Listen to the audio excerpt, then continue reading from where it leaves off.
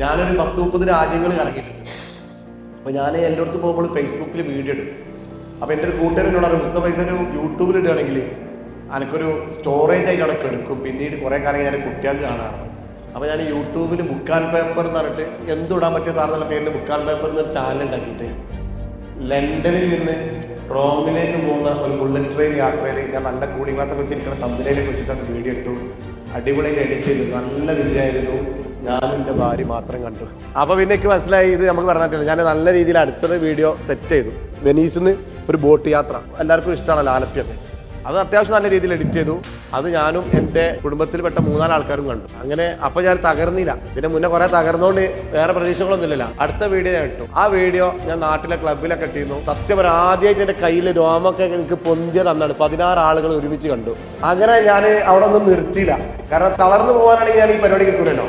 ആ സമയത്ത് ഞാൻ എന്ത് ചെയ്തു എന്ന് പറഞ്ഞാല് 40ാമത്തെ ഒരു വീഡിയോ ഇട്ടു. എന്താ അറിയോ, ഒരു മൊബൈലിൽ ഒരു ടൈൽസിന്റെ ഫാക്ടറി പോയിട്ട് അത് മാനുഫാക്ചർ ചെയ്യുന്ന ഒരു വീഡിയോ ഇട്ടു. അപ്പൊ സത്യത്തിൽ നമുക്ക് വീഡിയോ എടുക്കാൻ അറിയാത്തതുകൊണ്ട് കൈ ഇങ്ങനെ ചെറുക്കാം, നമുക്കറിയില്ല സൈക്കിങ്ങിനെ കുറിച്ചൊന്നും അറിയില്ല. കൈ ഇങ്ങനെ ചെറുക്കായിട്ടാണ് വീഡിയോ എടുത്തത്. ഞാൻ ആ വീഡിയോ ഇട്ട് പോസ്റ്റ് ചെയ്യുന്ന സമയത്ത് പോസ്റ്റ് ചെയ്തു. സിൽവ എന്നറിയുന്ന എന്റെ സ്ഥാപനത്തില് ഞാൻ തന്നെയാണ് എല്ലാം. കാരണം ഞാൻ ബില്ല് ക്ലോസ് ചെയ്യണം, ഞാൻ റേറ്റ് കൊടുക്കണം, കസ്റ്റമർ വരുമ്പോൾ ഞാൻ തന്നെ ചിരിച്ചു നിൽക്കണം, പോകുമ്പോൾ ഞാൻ തന്നെ വീഡിയോ എടുത്തിട്ട് പറഞ്ഞേക്കണം. എന്നാൽ നല്ല കച്ചവടം കിട്ടുന്ന അവസ്ഥയാണ്. ആ സമയത്ത് ഒരു നോമ്പ് സമയം. ആ സമയത്ത് കടയിൽ ഓരോ ആളുണ്ട്. നിങ്ങളൊക്കെ ബിസിനസ്സുകാരാണ്. നമ്മൾ കായൊക്കെ ഇറങ്ങിയ ഒരു ബിസിനസ് സ്ഥാപനത്തിൽ കുറെ ആൾക്കാർ നിൽക്കുമ്പോൾ ചോറ് കഴിക്കാൻ പോലും നമ്മൾ പോകില്ല, ഞാനും പോയില്ല. അങ്ങനെ നിൽക്കുന്ന സമയത്താണ് ഒരു പാവപ്പെട്ട ആൾക്ക് പെര കയറ്റി കൊടുത്ത്, ഒരു പ്രയാസത്തിൽ ക്യാൻസർ രോഗത്തിൽ വന്ന് കുടിക്കൽക്കാർക്ക് പെര കയറ്റി കൊടുക്കാൻ വേണ്ടിയിട്ട് ഞാൻ സാമൂഹ്യ പ്രവർത്തകമായിട്ട് പൈസ പിരിക്കാൻ വേണ്ടിയിട്ട് ഞങ്ങളുടെ നാട്ടിലത്തെ ആൾക്കാർ എൻ്റെ അടുത്ത് വന്ന്, എൻ്റെ അടുത്ത് വിൽക്കാനല്ല, എൻ്റെ നാട്ടിൽ എനിക്കുള്ള ഒരു സ്വാധീനം വെച്ചിട്ട് ആൾക്കാരൊക്കെ വിൽക്കാൻ വേണ്ടി എന്നെ കൊണ്ടുപോകാൻ. അപ്പോൾ ഞാൻ ഓരോട് പറഞ്ഞു, ഈ ഇരിക്കുന്ന ആൾക്കാരടിയിൽ ഞാൻ പോകുന്നതിൻ്റെ കച്ചവടമാകാൻ പറ്റും. അപ്പോൾ അയത്ത ഓരോ മനുഷ്യൻ എന്നെ ഒന്ന് മോട്ടിവേറ്റ് ഒരു കാര്യം ചോദിച്ചു, എൻ്റെ കച്ചവടമാണോ വലുത്, ഒരു പാവപ്പെട്ടവൻ്റെ കണ്ണീരാണ് വലുത്? അല്ല, എൻ്റെ പണ്ട് പഠിച്ചൊരു ഇതെനിക്കിങ്ങനെ ഓർമ്മ വന്നു. ഈ നമ്മൾ മദ്രസിലൊക്കെ പഠിക്കുന്ന സമയത്ത് മുസ്ലിം വിശ്വാസത്തില് മക്കത്ത് മദീനത്തൊക്കെ പോയിരുന്ന് ദിക്റല്ലിയാലൊക്കെ നല്ല കൂലിയാണ്. റമളാൻ മാസത്തിലൊക്കെ പോയി അവിടെ 30 നോമ്പിനും പോയിരിക്കുന്നതിനെക്കാട്ടിൽ കൂലിയാണല്ലോ പാവപ്പെട്ട ഒരാളുടെ കണ്ണീരൊപ്പം വേണ്ടി ഇറങ്ങി പ്രവർത്തിക്കുന്നത്. അതെനിക്കിങ്ങനെ ഓടിയപ്പോൾ ഞാൻ ഈ നിൽക്കുന്ന ആളുകളൊക്കെ അവിടെ നിർത്തിയിട്ട് മാനേജറെ നോക്കിക്കോട്ടെ കരുതിയിട്ട് ഞാൻ തന്നെ ഇറങ്ങി. ഇവരെ കൂടെ ഞാൻ ഇറങ്ങി, ഇവർക്ക് വേണ്ടി പൈസ പിരിക്കാൻ വേണ്ടി ഇറങ്ങി. ഞങ്ങളുടെ നാട്ടിലിറങ്ങി. ഞാൻ ഇറങ്ങി ഒരു 2 മണിക്കൂറാകുമ്പോൾ എനിക്ക് കോൾ ഇങ്ങനെ വരികയാണ്. അപ്പോൾ ഞാൻ വിചാരിച്ചു കസ്റ്റമറെ ക്ലോസ് ചെയ്യാൻ വേണ്ടി മാനേജർമാരെ വിളിക്കാൻ. ഞാൻ എല്ലാ പ്രാവശ്യവും ക്ലോസ് ചെയ്യുന്നതിനായിട്ട് പവർഫുൾ ആയിട്ട് മാനേജർ ക്ലോസ് ചെയ്ത് എല്ലാവരും ഇല്ലേ എന്നെ വിളിക്കണമെന്നല്ല, നിങ്ങളൊരു വീഡിയോ കണ്ടല്ലോ, ആ ടൈലോട് ഞാൻ കിട്ടുക. അങ്ങനെ പിന്നെ കുറേ വിളി. ഇങ്ങനെ 10 വിളിയൊന്നും വീഡിയോ കണ്ടു. കാരണം 16 ആളല്ലേ കാണുന്നുള്ളാകെ. ഞാൻ 40ാമത്തെ വീഡിയോ ഇട്ടിട്ടുള്ളത്. ഞാൻ പിന്നിങ്ങനെ നിരന്തരം വിളിയപ്പോൾ എന്നോട് എൻ്റെ ഒപ്പം വന്നൊരാൾ എന്തായാലും വരാതിരിക്കുകയും നല്ലത്. ഒരു പെരി കയറിയിട്ട് ഒരാൾ സംസാരിക്കുമ്പോൾ കോൾ വരികയാണ്. അപ്പോൾ എല്ലാ കോളും ഞാൻ എടുക്കുകയും ചെയ്യും. അപ്പൊ ഞാൻ വെറുതെ ഒന്ന് യൂട്യൂബ് കയറി നോക്കിയപ്പോൾ 4 ലക്ഷം ആളുകളെ വീഡിയോ കണ്ടിരുന്നു. ഞാനൊരു 10K അയക്കും ചെയ്തു. നിങ്ങൾ മനസ്സിലാക്കാൻ എന്താ പറഞ്ഞാല് അന്ന് ഞാൻ ആ ഇറങ്ങിപ്പോയുള്ള ചിന്ത ഉണ്ടല്ലോ, എന്നെ ആരോ മോട്ടിവേറ്റ് ചെയ്ത സംഭവം. ഒരു സൊസൈറ്റിക്ക് വേണ്ടി ഇറങ്ങിയപ്പോൾ നമ്മളെ ഉയർത്തിട്ട് അവൾ ഉയർത്തി. അതിന്റെ മുന്നേ ഞാനിങ്ങനെ പവർഫുൾ ആയിട്ട് അവിടെ സിൽവാലിലേക്ക് ബാബോട്ടൊക്കെ സാധനം വരുമ്പോൾ ഞാൻ തന്നെ അവിടെ ഇരിക്കണില്ല. ബാബോട്ട ഇപ്പൊ എന്നെ വന്നാൽ കാണാൻ പറ്റൂല ഇതിന് വാങ്ങി. അപ്പൊ എനിക്ക് മനസ്സിലായി ഇതൊന്നല്ല കാര്യം. നമ്മളെ തന്നെയാണ് എല്ലാം നേരി നിൽക്കുന്നതോ. ഇങ്ങനെ നിൽക്കുന്ന സമയത്ത് അതിനെ കുറെ ആൾക്കാരൊക്കെ ഏതോടെ ആ ബ്ലോഗർ കുറേയൊക്കെ ക്യാമറ പിടിക്കാൻ അറിയാത്ത ബ്ലോഗറുണ്ട്. അന്നാണ് ഞാനൊരു സത്യം മനസ്സിലാക്കിയത്, ഞാനൊരു ബ്ലോഗറായിരുന്നത്. അന്ന് എനിക്ക് മനസ്സിലായില്ല ബ്ലോഗറാണ്. അതോടുകൂടെ എന്തായി, എല്ലാവരും എന്ത് ചെയ്തു എന്നെ കിട്ടണം. അപ്പൊ ഇപ്പൊക്കെ മനസ്സിലായി ആളുകൾക്ക് ടൂറ്, മറ്റുള്ള കാലക്കെടാനും മല്ലു ട്രാവലും സുജിത്ത് ഭക്തരൊക്കെ ഉണ്ട്.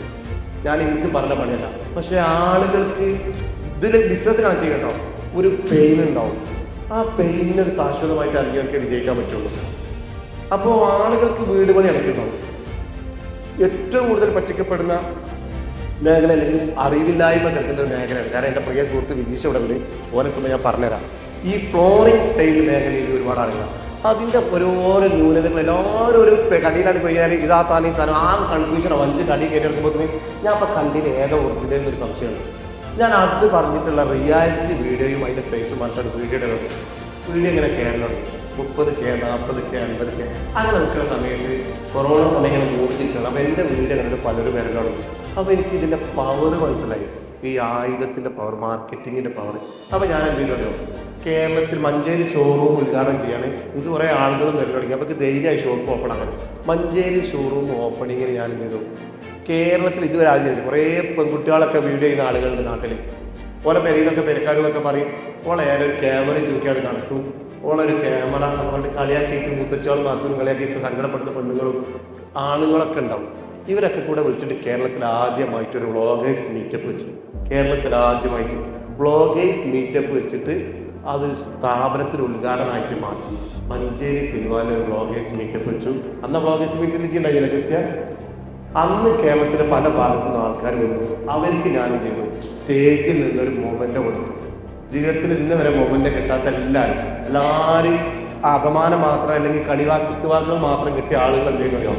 ആ മൊമെന്റ് ഫോട്ടോ എടുത്തത് സിൽവാനിൽ നിന്ന് എനിക്ക് മൊമെന്റ് കിട്ടിയപ്പോൾ എനിക്ക് സിൽവാനിൽ നിന്ന് അവാർഡ് കിട്ടുന്ന വീഡിയോ എടുത്തു. SEO എന്നല്ല, സെർച്ച് എഞ്ചിൻ ഒപ്റ്റിമൈസേഷൻ കാഞ്ഞൂർ ചെയ്യുന്നപ്പുറം ഇന്നും സിൽവാനിൽ അടിച്ചാൽ മഞ്ചേരി സിൽവാന വരിക. വീഡിയോ എടുക്കുക അനുഭവം കിട്ടാൻ മനസ്സിലായി. ഞാനൊരു വീഡിയോ ഇട്ടു, എന്റെ കൂടെ വരെ എല്ലാവരും ഒരു വീഡിയോ ഇട്ടു, മൊത്തം സിൽവാൻ. അപ്പൊ മാർക്കറ്റിംഗിലേക്ക് സിൽവാന്റെ ഒരു വൻ കുതിപ്പായിരുന്നു. ആ കൊറോണ സമയത്ത് പല സ്ഥാപനങ്ങളും പൂട്ടിയ നേരത്ത് ഞങ്ങൾ 6 സ്ഥാപനം തുടങ്ങി. എന്തിന്റെ പരത്തിലാണോ ഈ യൂട്യൂബ് ചാനലിന്റെ പലരും കൂട്ടി പോയപ്പോൾ 6 സ്ഥാപനങ്ങൾ നമ്മൾ തുടങ്ങി. എല്ലാവരും പറയല്ലോ വേനൽക്കാലത്ത് കിണർ കളിച്ചാൽ പിന്നെ വള്ളം എന്തായാലും വർഷക്കാലത്ത് ഉണ്ടാവുമല്ലോ. ആ ഒരു ധൈര്യത്തിൽ തുടങ്ങി. ഇന്ന് സിൽവാനി, ഞാൻ ആദ്യം വീഡിയോ നടത്തുമ്പോൾ ഒരു സിൽവാനുണ്ട് കേട്ടോ. ഇന്ന് സിൽവാനി ദുബായിലടക്കം 21 സിൽവാനുണ്ട്. കേരളത്തിൽ 14 ജില്ലയിലായിട്ട് 10 ലക്ഷം സാറ്റിസ്ഫൈഡ് കസ്റ്റമറുണ്ട്. അതോടുകൂടെ എന്നെ കളിയാക്കിയ പല ബിസിനസ് മീറ്റിങ്ങിലൊക്കെ പോകുമ്പോൾ ഞാൻ ദുബായിൽ നിന്ന് വന്നിട്ടാണ്, ഞാൻ പറഞ്ഞത് ദുബായി പോയ കാലമാണ്. ദുബായിൽ വന്നിട്ടാണ് ഇവിടെ നാട്ടിൽ ബിസിനസ്സിലേക്ക് വന്നത്, കാക്കാനെ കൂടെ ജോയിൻ ചെയ്തത്. ആ സമയത്ത് ഞാൻ ഈ കോട്ട് ഇട്ടാണ് പോയി. ദുബായിൽ 2 മണിക്ക് കോട്ട് ഇട്ടൊരു പരിപാടിയുണ്ട്. ഇപ്പൊ അപ്പൊ ഞാൻ വീട്ടിൽ പിന്നെ ഒരാൾ കളിയാക്കിയിട്ട് പറഞ്ഞു, ആ ഒരു ഭയങ്കര ഡെവലപ്പ് ആവുന്നു, കോട്ടൊക്കെ ഇട്ടിട്ട് വന്നത് എനിക്കറിയുന്ന ആൾക്കാണ്. ഞാനും കോളേജിലൊക്കെ പോയാലാണ് നമ്മൾ റിസൾട്ട് ചെയ്യും കളിയാക്കി. അപ്പോൾ ആളുകൾ അപ്പോൾ അതിന്റെ കൂട്ടത്തിൽ എല്ലാവരും നിന്ന് ചിരിച്ചു. ഒരാൾ പറഞ്ഞു, അങ്ങനെ കൊച്ചാക്കി കാണണ്ട, ഒരു കാലത്തും അംഗത്തിലേറെ വലിയ ആളാണെന്നാണ്. ഞാൻ നിങ്ങളെ മുന്നിൽ ഇപ്പം ഈ തറയിൽ നിൽക്കുമ്പോൾ കഴിഞ്ഞ മാസം അയാളെ കട കൊടുക്കുകയാണ്, എന്നോട് എടുക്കുമോ എന്ന് വെച്ചിട്ട് അയാൾ എൻ്റെ അടുത്ത് വന്നു. എന്നെ കളിയാക്കി നിന്ന ആള്. ഞാൻ പറയുന്നത് അത് വലിയ വിജയമായിട്ടല്ല, നമ്മൾ ഒരാളെ അണ്ടർഎസ്റ്റിമേറ്റ് ചെയ്യരുത്, നമ്മൾ ഒരാളെയും വില കുറച്ച് കാണരുത്. അങ്ങനെ എന്നെ കളിയാക്കിയ ആളുകളുടെ ഇൻസൾട്ട് ചെയ്തോന് ഓനെ കട മുന്നോട്ട് കൊണ്ടുപോകാൻ പറ്റാതെ ഓരോ ആൾക്കാരെ ഇൻസൾട്ട് ചെയ്യാൻ പഠിച്ചിട്ടുള്ളൂ, മാർക്കറ്റിംഗ് പഠിച്ചിട്ടില്ല. ആ കട എടുക്കുമെന്ന് വെച്ചിട്ട് എൻ്റെ കയ്യിൽ മുന്നിൽ 3-4 പ്രാവശ്യം വന്നു. അപ്പൊ ഞാൻ മനസ്സിലാക്കി, നമ്മൾക്ക് ഒരു മാർക്കറ്റ് ചെയ്യണമെന്നുണ്ടെങ്കിൽ ഒരു സാധനം പ്രകടിപ്പിക്കും നമ്മൾ തന്നെ വേണം. ആദ്യമായിട്ട് എന്നിട്ട് എന്തും നമ്മൾ മാർക്കറ്റ് ചെയ്യണമെന്നല്ല, നമ്മൾക്ക് അതിലൊരു പാഷൻ ഉണ്ടെങ്കിൽ മാത്രമാണ് ഈ മേഖലയിലേക്ക് വരിക. അങ്ങനെ സിൽവാൻ ഈ യൂട്യൂബ് മേഖലയിൽ തുടങ്ങിയപ്പോൾ ഇന്നിപ്പോ എൻ്റെ പ്രിയപ്പെട്ട കൂട്ടുകാരനായ രാജേഷ് ശങ്കർ അടക്കം ഈ മേഖലയിലേക്ക് വന്ന സകല ആൾക്കാർക്ക് തുടക്കം ഞാനാണ് അതിൻ്റെ ഇൻട്രോ കൊടുത്തിട്ടുള്ളത്, കോച്ചിങ് കൊടുത്തിട്ടുള്ളത്. ഞങ്ങളെ മേഖല കേട്ടോ, ഏത് കൺസ്ട്രക്ഷൻ മേഖല, ടൈൽസ് മേഖല. ഇന്ന് കേരളത്തിലെ 20ഓളം ഷോറൂമുകൾക്ക് സ്വന്തമായിട്ട് യൂട്യൂബ് ചാനലുണ്ട്.